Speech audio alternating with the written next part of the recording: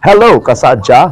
Welcome to Salakot Online Broadcasting Network, where every story matters, every voice is heard, every update counts. From the news and community stories and inspire features, we bring to accurate, timely, and engaging content that keeps you connected to what matters most. Stay informed, stay connected, and stay ahead. Salakot Online Broadcasting Network, the voice of the community beyond boundaries. Like, comment, share, follow us today, and never miss an important update.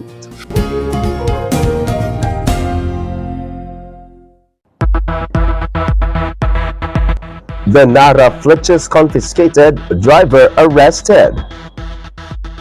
The nurse dies after being struck by collapses waiting shed.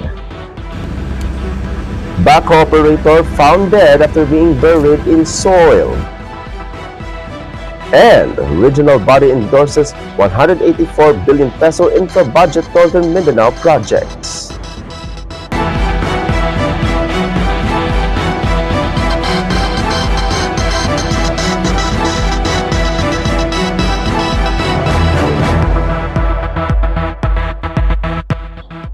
Good evening, I'm Apolinario Ferdi Dignadis Valencia, and this is Philippine Headlines. The Nara Flitches confiscated, driver arrested in the municipality of Jones in Luzon. A 53-year-old driver was arrested after he was allegedly found in possession of 6 pieces of Nara Flitches without the required documents for their legal possession and transportation in Purok 5 in Barangay Papan Este in the municipality of Jones, the province of Isabela, at around 6:30 p.m. on August 26. The arrested suspect was identified by the alias Lan, a married resident of the said municipality. He is facing a complaint for violation of Section 77 of Presidential Decree Number 705 or the Revised Forestry Code of the Philippines. According to the report, intelligence operatives from the Jones Municipal Police Station spotted a vehicle loaded with forest products. When asked to present a permit to transport and other required documents, the driver allegedly failed to provide valid documents proving the legality of transporting the forest products. As a result, he was immediately arrested after being informed of his constitutional rights. Confiscated during the operation were 6 pieces of Nara Flitches and a white Isuzu ELF truck allegedly used to transport the forest products. The confiscated forest products and vehicle were marked and inventoried at the place where they were recovered. The investigation into the incident and the possible liability of the suspect is ongoing.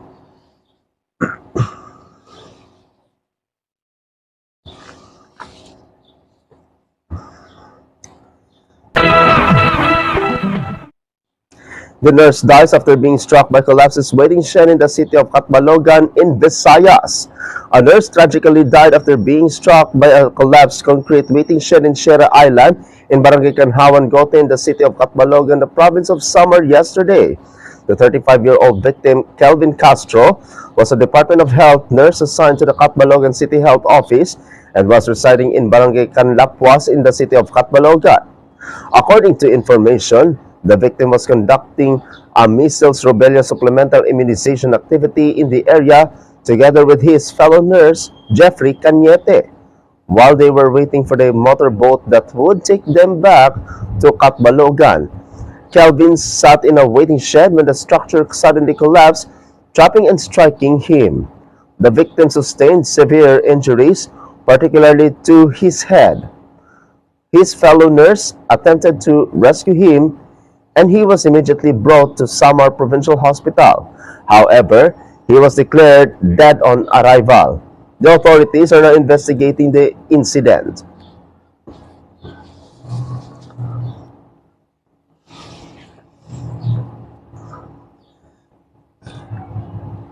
The backhoe operator found dead after being buried in soil in Mindanao.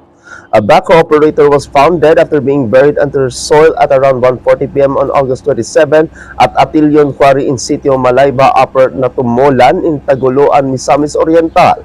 The victim was identified as 30-year-old Michael Alifonso. Personnel from the Bureau of Fire Protection or BFP and the Municipal Disaster Risk Reduction and Management Office or MDRRMO immediately responded to the incident. However, the rescue operation was temporarily halted due to heavy rain and a thick layer of soil covering the victim.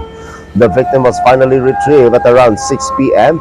and was immediately rushed to the hospital where he was reportedly declared dead on arrival.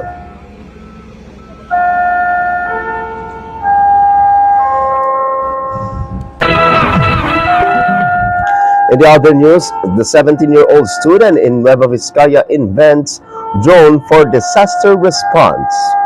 A student in Nueva Vizcaya is receiving praise after inventing a low-cost aerial system that could greatly assist rescuers during disasters and emergencies. The student was identified as Brian Ezra Carl Biernes of Nueva Vizcaya General Comprehensive High School.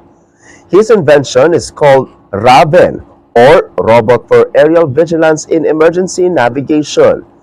It is a prototype capable of detecting heat signatures, including an individual's body temperature, monitoring environmental conditions, identifying possible calls for help, determining GPS coordinates, providing real-time data transmission, and sending SMS alerts when there is no internet connection. Using information gathered by Raven from dangerous or hard-to-reach areas, responders can determine where risks are present and what strategies to use to provide assistance. From being a project, Raven became the champion of the 2025 Regional Science and Technology Fair, while Biernes also received the Best Presenter Award in the Robotics and Intelligent Machines individual category at the 2026 National Science and Technology Fair.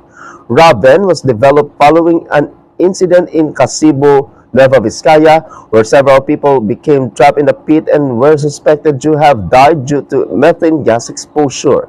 The invention is expected to greatly contribute to disaster response in the Philippines, a country that frequently experiences typhoons, floods, and landslides.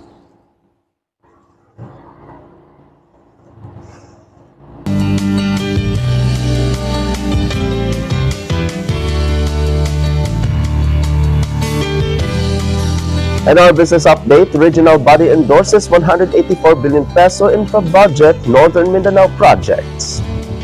The Regional Development Council in Northern Mindanao or RDC Region 10 has endorsed a 184.8 billion peso budget for 2027 infrastructure projects to accelerate regional growth with upgraded energy infrastructure and power reliability identified as key priorities. This was raised by Bukidnon Governor Rogelio Nel Roque, who serves as chairperson of RDC Region 10's Infrastructure and Utilities Development Committee or INFRACOM during its third quarter meeting held in the city on Tuesday. In mid-2026, the RDC Region 10 INFRACOM officially activated a specialized technical working group on energy infrastructure to oversee specific energy developments.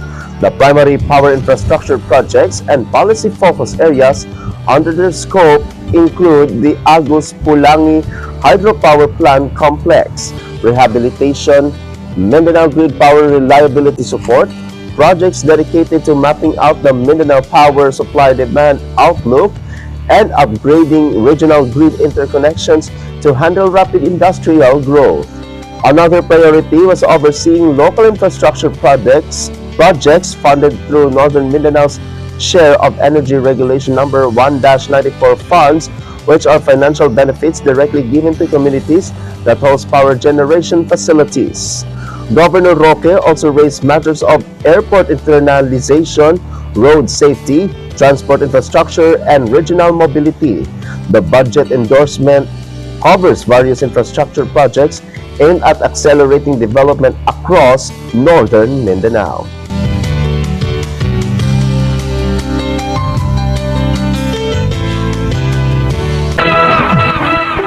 And before we end, the teachers laugh after seeing a house with the same colors.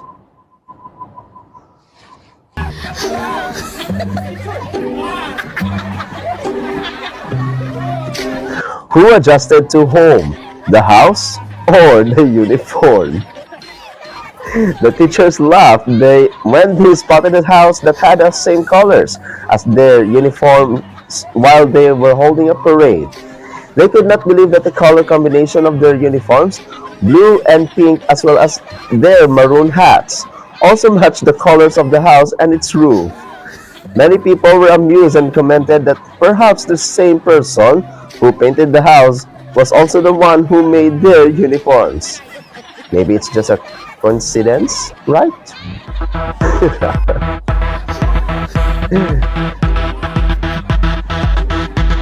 That's the same color.